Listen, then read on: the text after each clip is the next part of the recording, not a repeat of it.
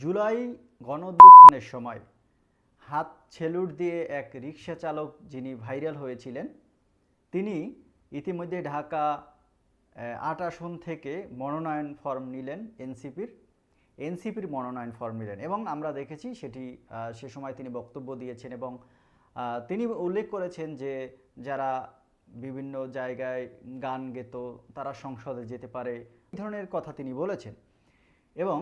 তিনি এনসিপির যে মনোনয়ন ফর্ম সেটি নিলেন এবং তিনি প্রতিদ্বন্দ্বিতা করতে যাচ্ছেন ঢাকার বিএনপির হেভিওয়েট যে নেতা মির্জা আব্বাসের সাথে এবং আরেকজন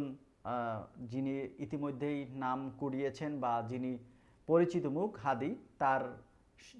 তাদের সাথে নির্বাচনে যাচ্ছেন এই